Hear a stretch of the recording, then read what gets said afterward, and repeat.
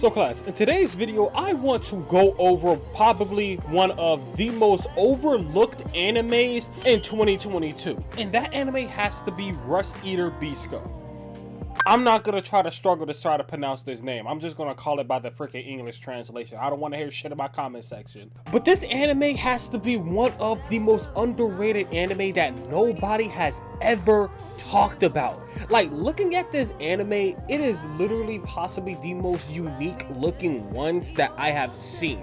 It goes on that list. Like, everything about this anime has like such a cool vibe to it. Like, I really love like the world building and the theme of this anime as a whole. Same thing with the characters. I ain't gonna lie, Bisco, he my goat. He the goat. And if you watch this anime too, I feel like a bunch of people will like him, but not a lot of people know about him, and that's what gets me kind of sad. Like, Milo's cool too.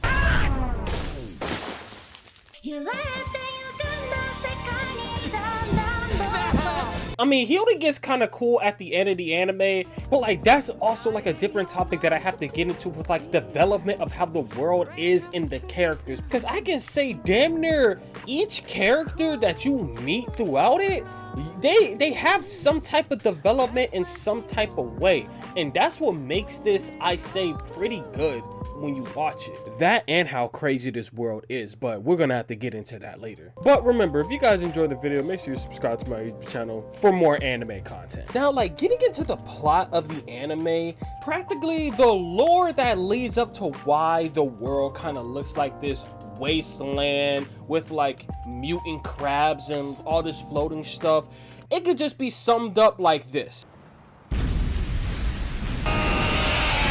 So pretty much after that whole mass destruction event, everything in the world started to change and mutate. All these animals started to like combine into like the machines and stuff. Some of them turned into like bigger versions of themselves, like the main crab that we stuck around with. But the main thing that came across that big ass bomb in this war was the rust disease. And pretty much what that does is when you get infected, your skin starts to slowly rust until your body is completely covered with it, and then you eventually just die. But this is where our main characters come in at. See, Milo, he's like a goated ass doctor. He is like the best doctor in this city. Everybody knows this man and everybody comes to him for healing. Think of what you would want from your teammates from Marvel Rivals. He is very reliable when it comes to healing people. But the main thing that he wants to try and figure out so he can cure it is the rust disease. And here's where our second main character comes in at, Bisco. Now, he is what they call a mushroom keeper. So he goes around pretty much just spreading mushrooms around with this sick ass bow and arrow. That's the thing that I like about this anime too. I just really like how they don't really technically fight with swords or like, you know, the typical basic anime shit. They actually fight with bows and this shit. And what they end up doing with those arrow tips is coating them with like some mushroom thing, so when they fire off and they land, they sprout out these bigger versions of mushrooms, or in certain cases they have like different effects. Like you have the metal mushrooms that they use to bring down flying objects. It's a cool ass concept. But as a mushroom keeper, what they do is they try to go around the world and find this one key mushroom to curing the rust disease, which is the Rust Eater. And so with pretty much both of them having a goal to try to cure the rust disease, here's where the anime starts to truly take place. And when they're going around and we start to see like how the world develops with the rust disease, or just with this freaked out world, it is actually really good world building of how we get to see different parts of the map affected by this. Now, of course, I'm leaving out quite a bit of details because I will want some people to actually watch this for themselves and experience it. So that's why I'm kind of just giving y'all the bare bones of this. But just like in like, you know, damn near all of like my reviews, you guys know that I am going to actually keep it a bit transparent, and I'm gonna say like there's like a couple of things that I kind of either A, don't really like, or B, kind of just notice while I watch this.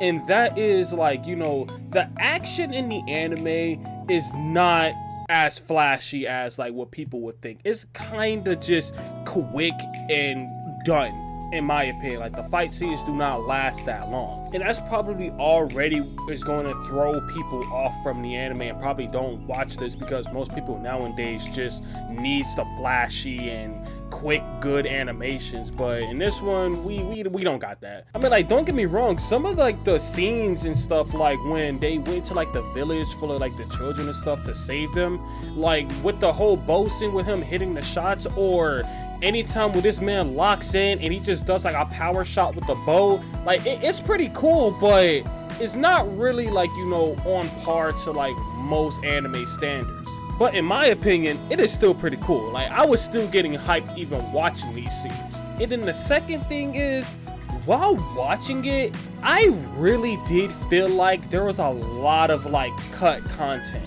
I mean, like, for a 12 episode anime, it was moving fairly fast. Like, I felt like some scenes should have been like, you know, we should have been there a lot longer, and instead of just being there for a couple of minutes or an episode and then we just move on to another area.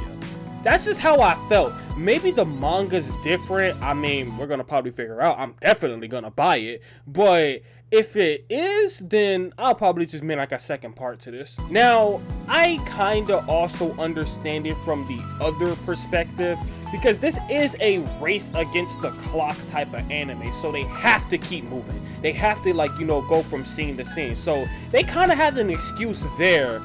But then on top of that, there's also some scenes that I feel like should have even been in the anime to begin with. But despite of how I feel about that, giving like this a second watch through, I can kind of see how, like, you know, some of the unnecessary scenes kind of work in tandem with the entire anime, because it builds the world, it builds the characters.